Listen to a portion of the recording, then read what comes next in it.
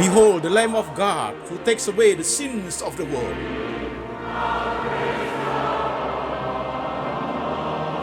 Jesus said, I am the way, the truth, and the life. No one come to the Father but by me.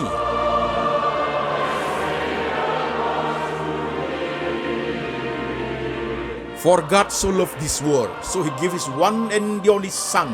Whoever believe in him shall not perish, but have eternal life. Shalom, saudara-saudara sekalian, saya Pendeta Antoni Chang. Apa kabar jemaat sekalian? Jemaat yang ada di kota-kota di Indonesia dan jemaat yang ada di kota-kota di luar negeri. Saudaraku, hari ini kita online Sunday service. Nah, jemaat sekalian, tema hari ini adalah Jangan Lupa Getsemani. Khotbah serial daripada Cross of Christ Part 4, bagian keempat, jemaat sekalian. Oke jemaat, baik, sebelum kita masuk dalam perenungan, tentunya ada firman Tuhan yang perlu kita baca. Firman Tuhan hari ini kita ambil dari Injil Matius pasal 26, Injil Matius pasal 26 ayat 36 sampai 50. Demikian firman Tuhan.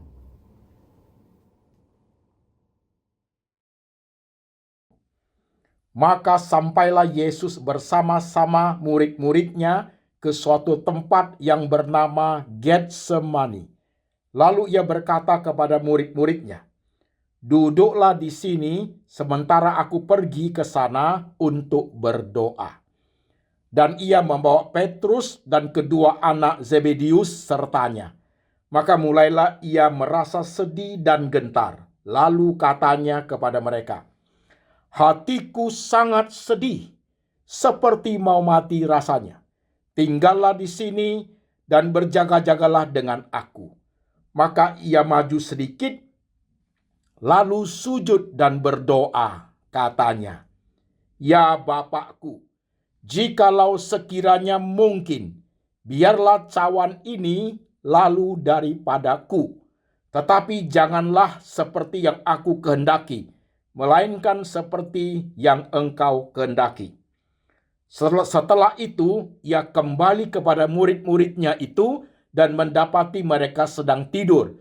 Dan ia berkata kepada Petrus, tidakkah kamu sanggup berjaga-jaga 1 jam dengan aku? Berjaga-jagalah dan berdoalah, supaya kamu jangan jatuh ke dalam pencobaan.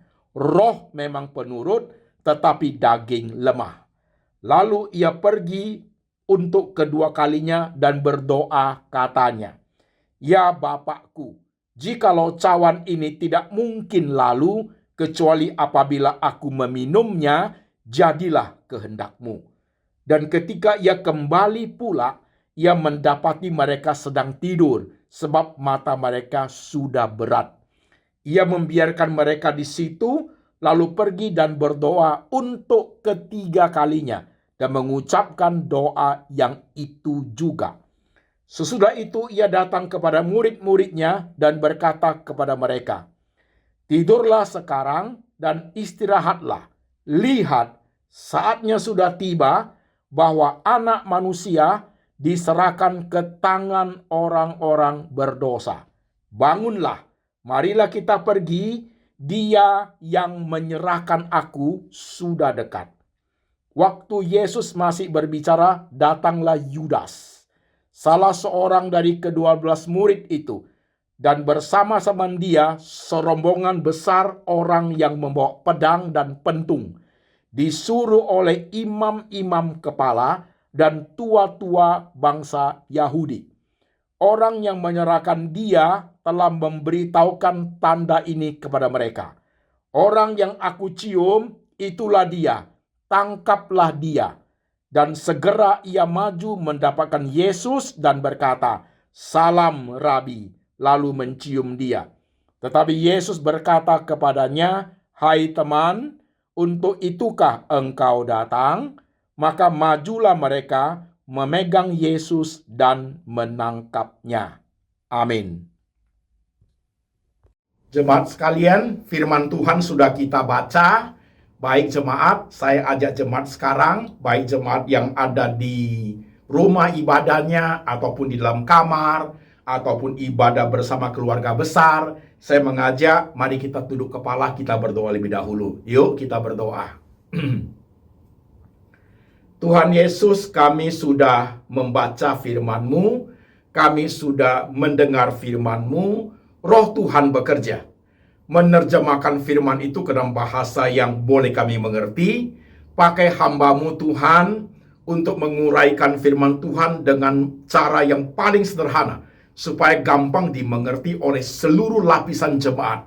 Bawa kami ke dalam kebenaran, supaya kami hidup berkenan kepada Engkau. Iman kami bertumbuh dalam pengenalan akan firman Tuhan. Kami tidak lupa Getsemani, kami tidak lupa akan cinta Tuhan, kami tidak akan lupa sengsara Tuhan.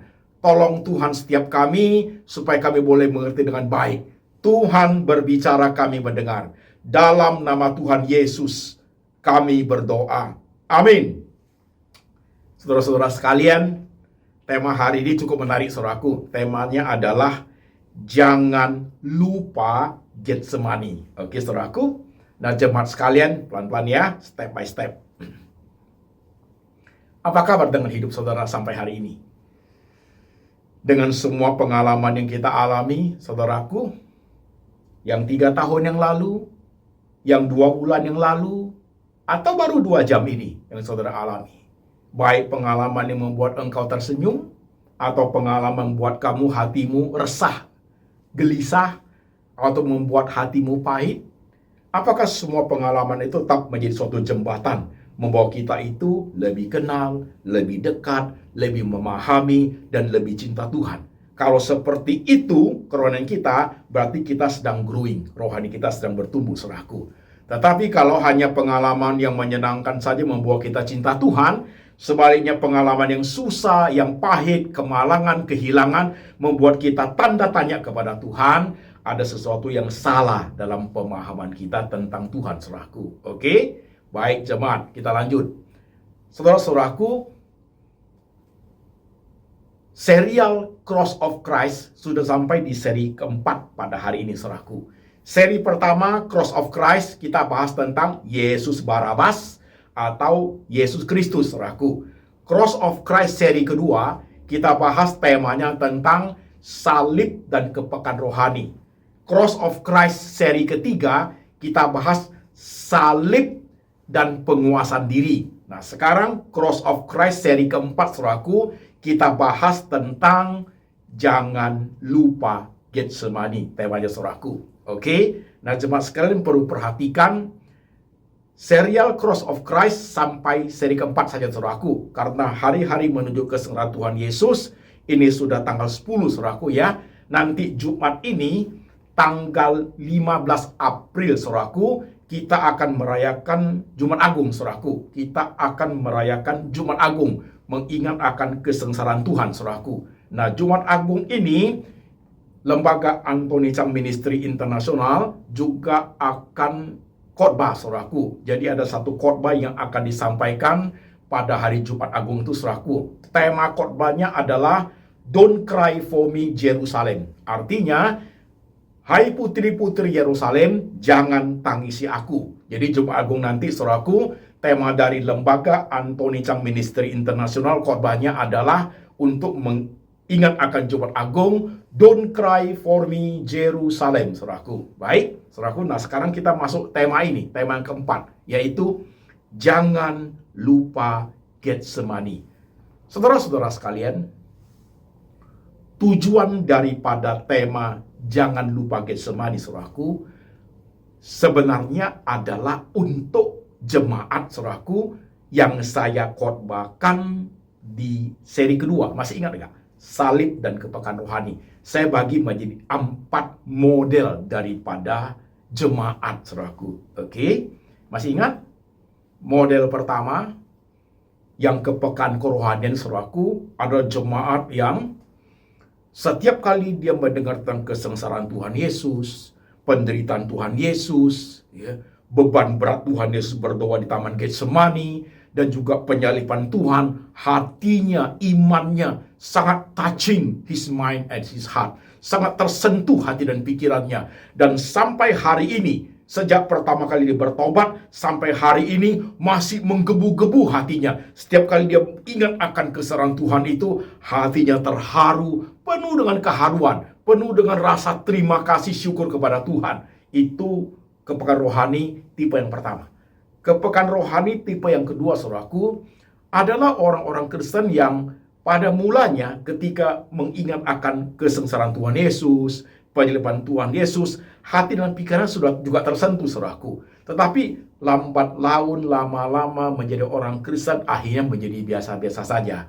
Jadi bagi orang Kristen seperti itu modelnya, saudaraku, ya penyaliban, kesengsaraan Tuhan dia ikuti, biasa-biasa aja Pak, begitu. Oke, itu kerohanian, kepekaan rohani tipe kedua. Ada juga kepekaan rohani tipe yang ketiga, saudaraku. Kerohanian tipe yang ketiga adalah dia orang Kristen, saudaraku. Dia percaya Tuhan Yesus, saudaraku. Tapi bagi dia tidak mau terlampau rohani, not too religious lah Pak. Jangan terlampau religious lah Pak. Ya biasa-biasa saja. Saya tahu kok Yesus mati untuk saya, Yesus menderita untuk saya. Saya kan tidak minta. Itu yang Tuhan kasih. Saya hidup dalam anugerahnya. Jadi bagi orang kepekaan rohani model ketiga ini, saudaraku, biasa-biasa aja begitu.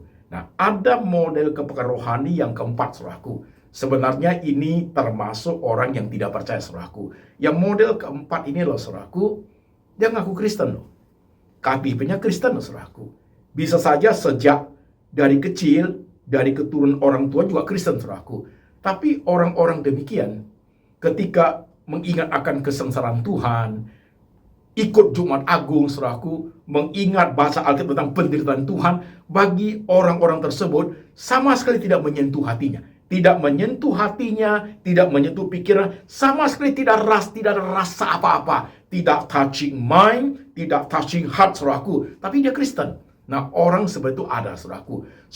Sebenarnya orang seperti itu, saudaraku, ya, sudah bisa dikategorikan unbeliever.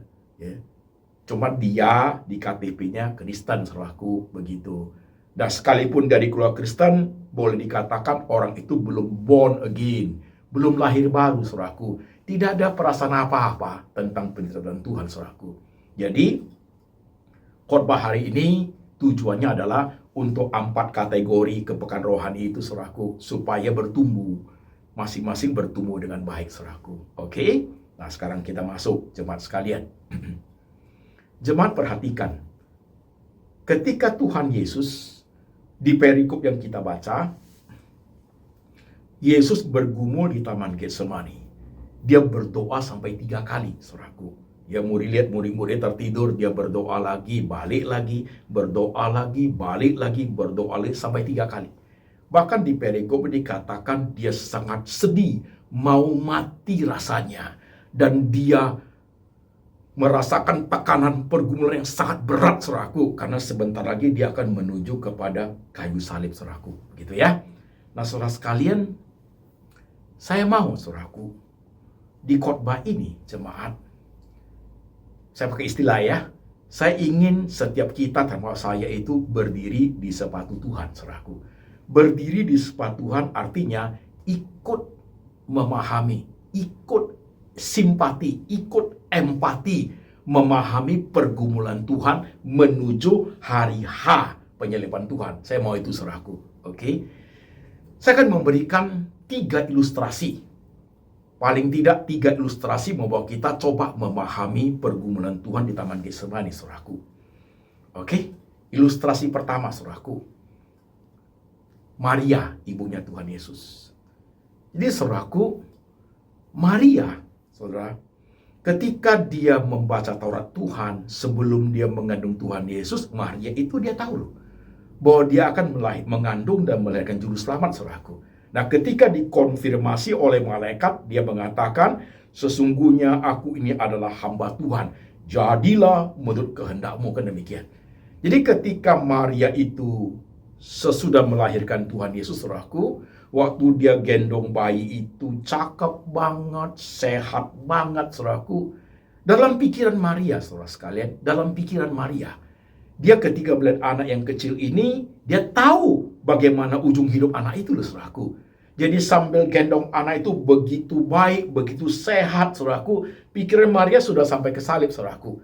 Jadi dalam pikiran Maria itu, Jesus was born to be crucified.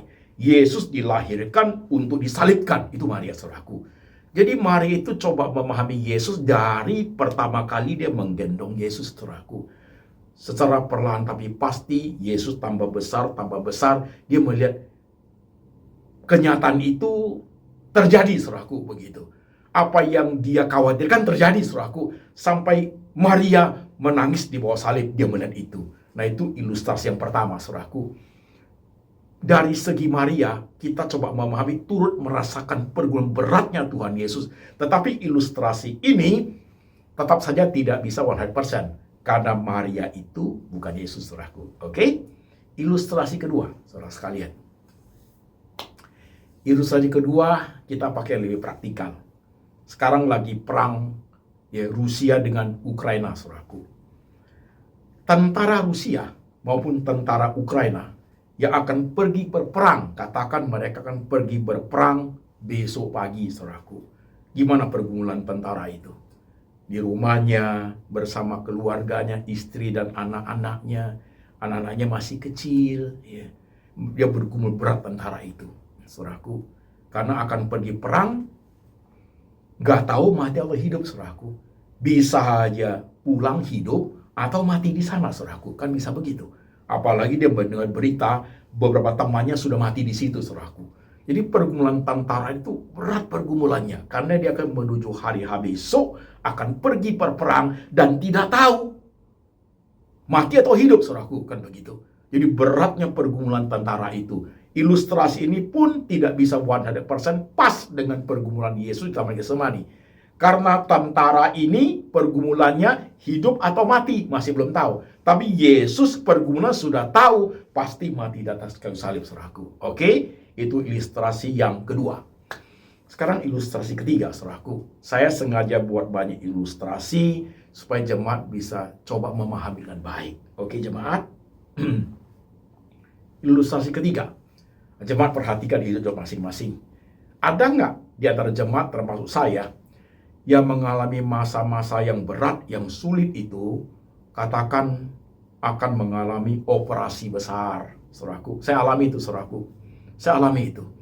Saya alami operasi jantung, saudaraku. Operasi jantung itu operasi besar, saudaraku. Saya alami itu. Jadi waktu besok mau diopname, mau dioperasi jantung saya, saudaraku, malamnya, saudaraku, ya, sampai pagi itu saya bergumul berat, saudaraku. Karena besok jam 8 pagi sudah harus ke rumah sakit diopname. Keluarga sudah tidur, saya berdoa. Ya, seperti Tuhan. Berdoa lagi, saya bergumul. Ya. Karena itu operasi besar, ya, bisa operasi gagal, saudaraku. Karena penyempitan itu sudah banyak sekali, saudara sekalian. Ya. Saya sudah siapin anak-anak saya, istri saya.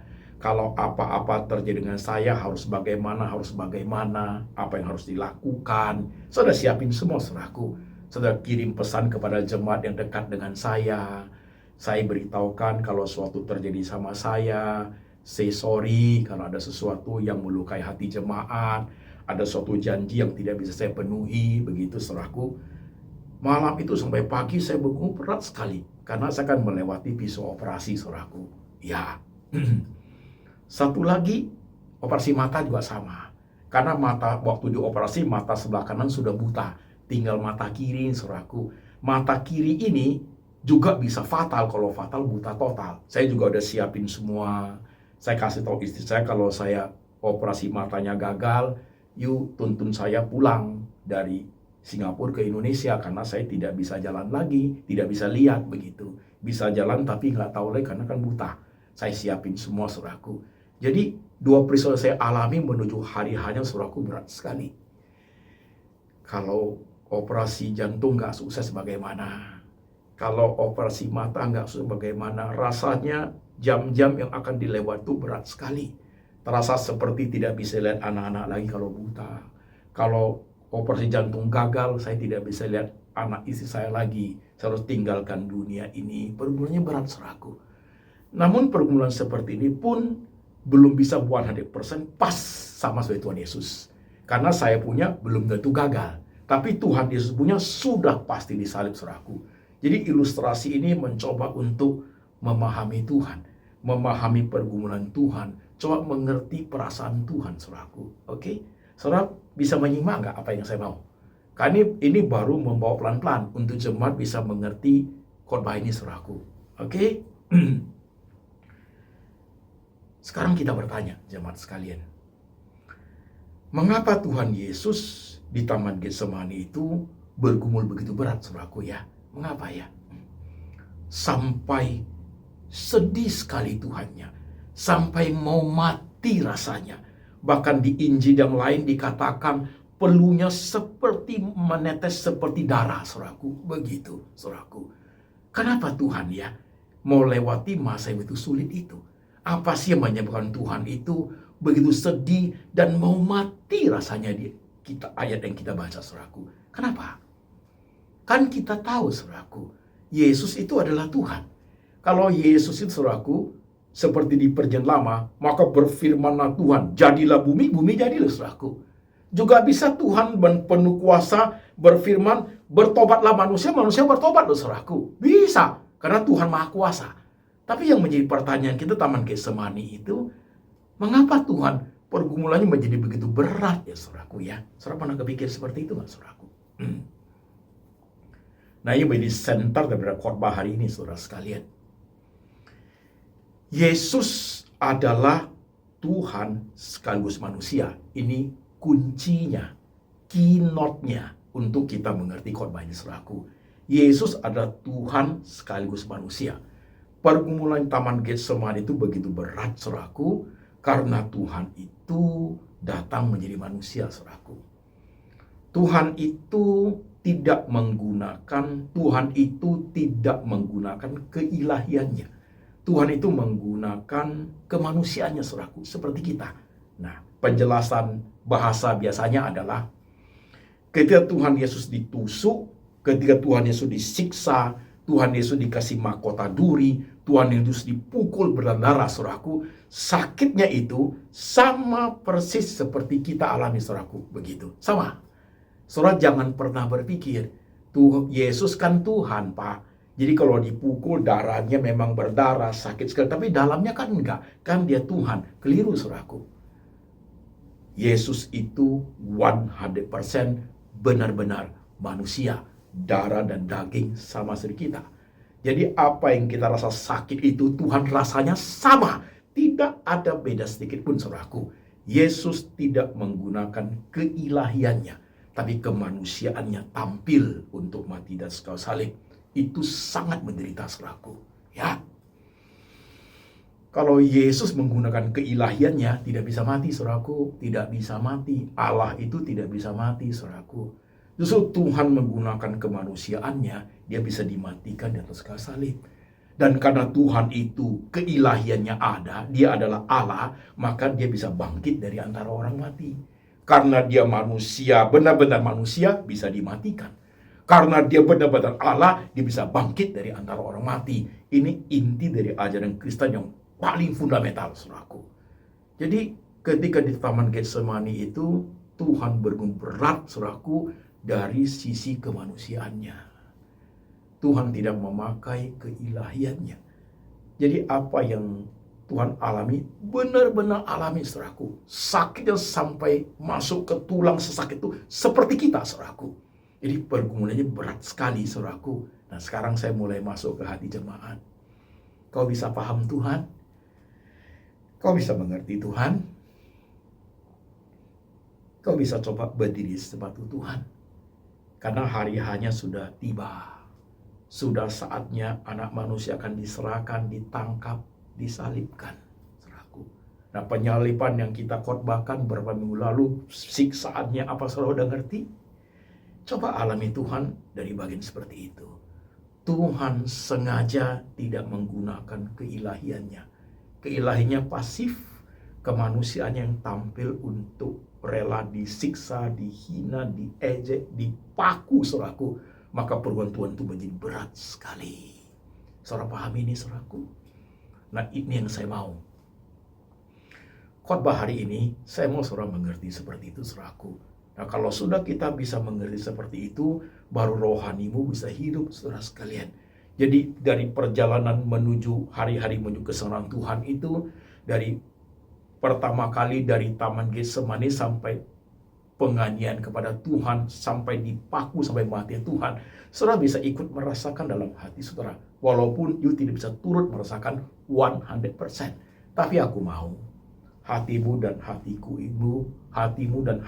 ini, saudaraku, benar-benar merasakan itu, hidup dalam pergumulan Tuhan kita. Untuk apa, Pak Pendeta, kita mau masuk ke bagian seperti ini? Supaya kepekaan rohanimu terpelihara dengan baik. Supaya air matamu itu tetap ada untuk Tuhan. Supaya hatimu itu tetap ingat akan kebaikan Tuhan. Supaya di tengah semua kesulitan itu, you tegar hadapi hidup ini. Karena penderitaan Tuhan itu, saudaraku, sudah menjadi suatu kekuatan untuk kamu boleh mengarungi hidup ini. Masih ingat kitab Ibrani? Ia adalah imam besar yang melintasi langit, yang turut merasakan apa yang kita rasa. You sedih, sakit, susah, bergumul berat, Tuhan ikut merasakan. Hanya ia tidak berbuat dosa. Itu yang dikatakan di kitab Ibrani kan, saudaraku. Saya mau, saudaraku, jangan lupa Taman Getsemani itu. Saya mau hatimu tetap hangat.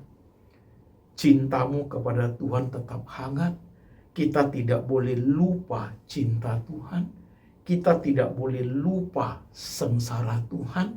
Kita tidak boleh lupa Getsemani, saudaraku, seumur hidup. Karena di kolong langit ini, dalam kehidupan umat manusia ini, hanya satu kali terjadi saja.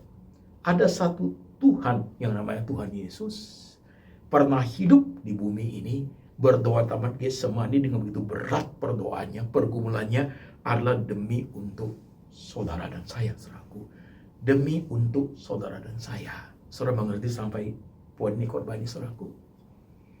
Saya bawa saudaraku bagian seperti kepada engkau, supaya engkau memahami betul tentang pergumulan Tuhan itu. Waktu saya mau operasi, saya ngerti sekali. Saya minta kalau boleh operasinya sukses gitu. Tapi kalau apa yang terjadi, aku ikut apa yang kau mau, Tuhan. Ikuti khotbah saya tentang operasi kesaksian saya, ada di khotbah saudaraku. Ketika aku lemah, maka aku kuat. Itu ada khotbahnya, saudaraku. Saudara sekalian, saya minta waktu mau operasi itu pagi saya doa, Tuhan, kalau boleh saya minta operasinya sukses. Tapi jangan kehendakku, kehendakmu yang jadi. Engkau mau apa, aku ikut. Tuhan mau saya sembuh, saudaraku, maka operasiku sukses. 9 jam operasi saya. Itu urat yang diambil itu, saya punya urat lain, saudaraku. Urat saya itu melingkar, jadi dicarinya susah. Urat di dalam sini itu sampai ke dalam, jadi dokternya itu harus cari.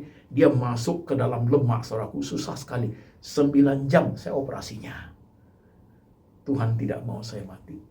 Tuhan mau saya hidup, saudaraku. Operasi mata pun tidak bius total, saudaraku.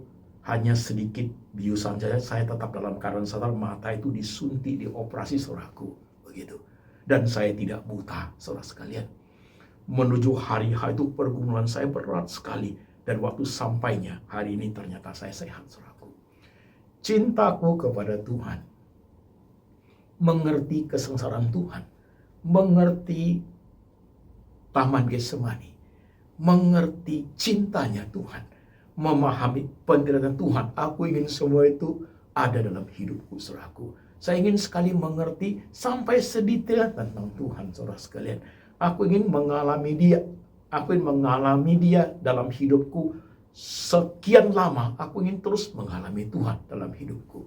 Jadi ketika aku menderita, ketika aku mengalami penderitaan yang harus aku terima, ketika aku mengalami penderitaan yang karena dosa orang lain, aku selalu melihat salib Tuhan.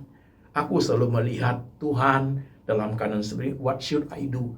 Jadi bagi saya sebagai orang Kristen, susah senang, diberkati atau tidak, sakit atau sehat, saudaraku, saya selalu ingin memahami Tuhan, melihat salib Tuhan. Saya selalu ingin mengerti Getsemani. Saya selalu tidak lupa akan cintanya Tuhan buat saya. Numpang tanya, saudaraku, engkau menjadi jemaat, engkau percaya Tuhan Yesus, sudah berapa tahun engkau jadi orang Kristen? Numpang tanya. Saya bertobat terima Tuhan Yesus umur 26 tahun, saudaraku, waktu itu.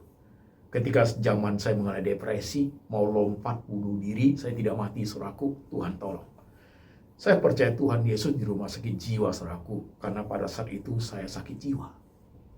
Saya percaya Tuhan Yesus umur 26. Sekarang usia saya sudah 56, saudaraku. Udah 30 tahun saya menjadi orang Kristen. 30 tahun. Setiap tahun yang aku lewati, saudaraku, saya memahami tentang Getsemani. Jangan lupa Getsemani. Jangan lupa cinta Tuhan. Jangan lupa sengsara Tuhan. Saudaraku, kalau saya 30 tahun menjadi orang Kristen, 10 tahun pertama pemahaman tentang Tuhan itu seperti apa? 10 tahun kedua pemahaman tentang Tuhan itu harus sudah jauh lebih baik lagi. 10 tahun ketiga, pemahaman saya tentang Getsemani, tentang penderitaan, tentang pergumulan harus lebih bagus lagi.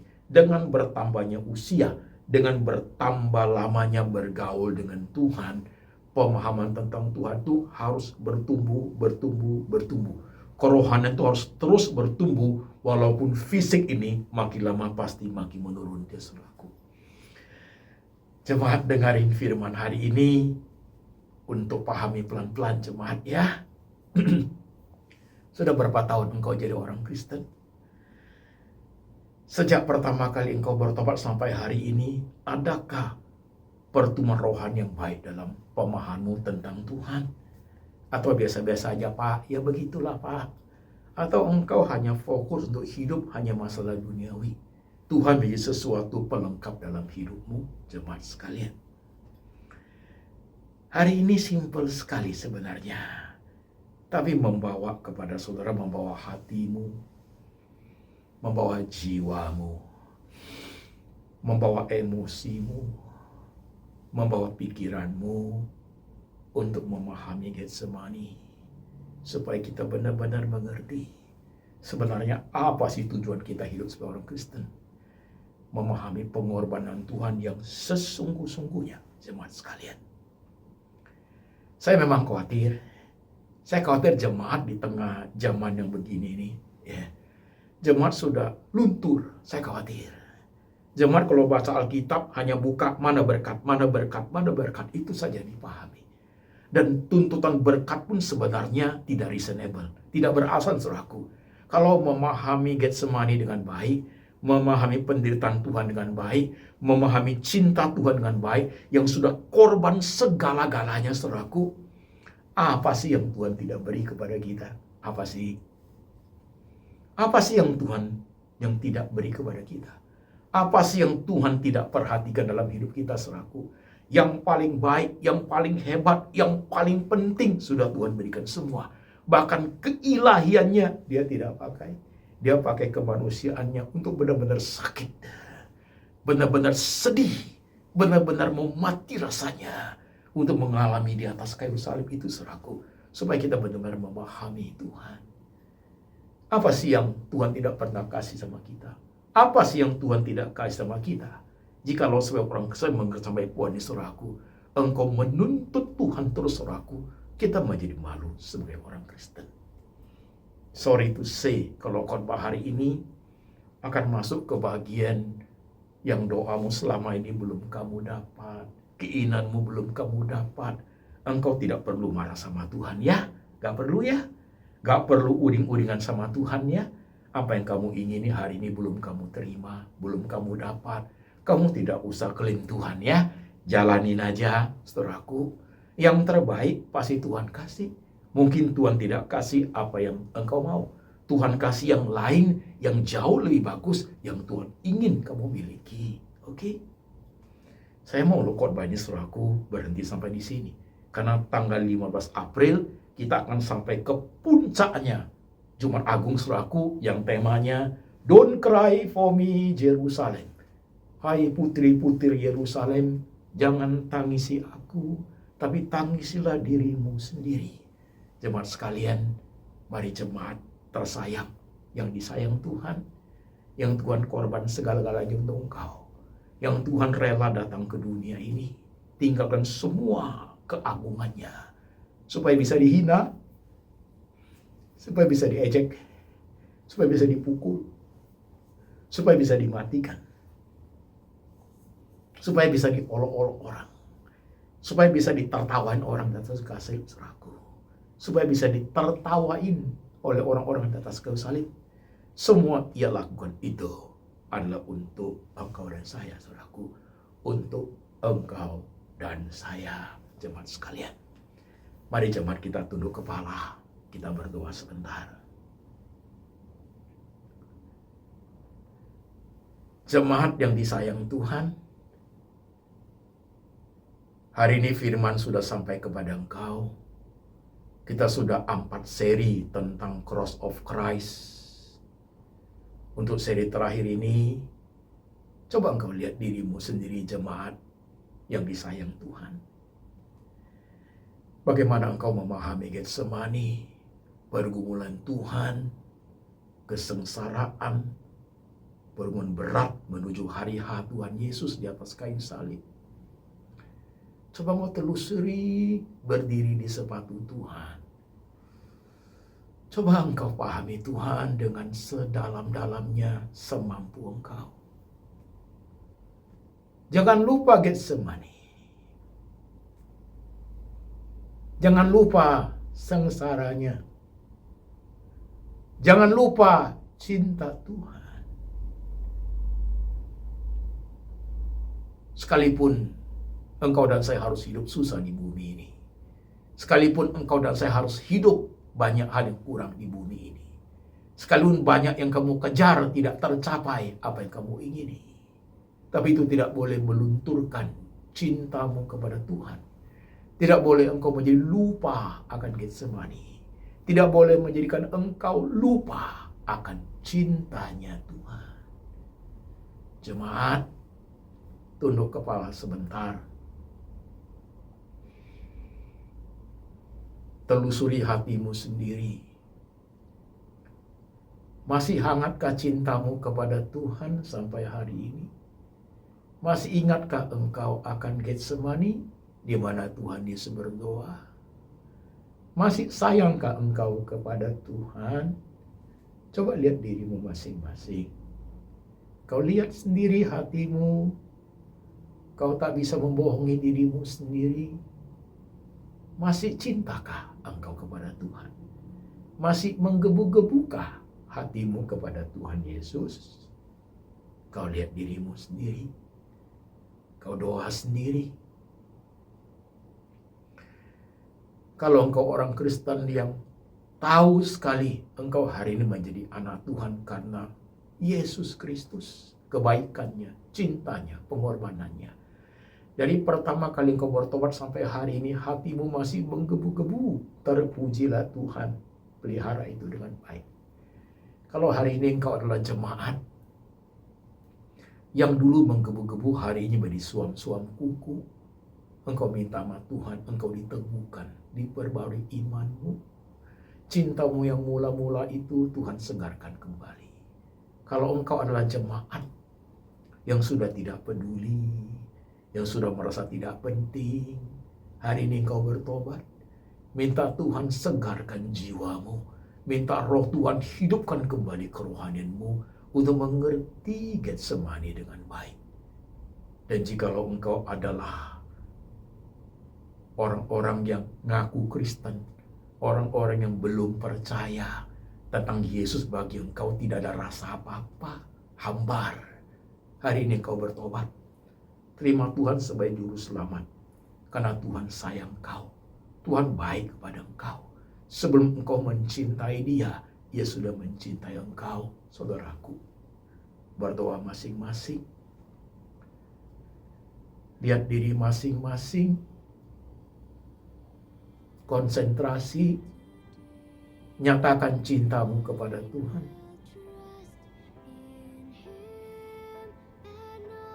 Satu menit engkau berdoa sendiri-sendiri. Sungguhkah cintamu tetap hangat? Sungguhkah engkau melekat kepada Tuhan Yesus? Apapun yang terjadi dalam hidupmu, suka duka, kau lihat Tuhan sebagai Tuhan yang tetap, apapun terjadi, tetap adalah Tuhan yang harus kita sayang, kita cinta, kita layani sampai mati. Tuhan Yesus,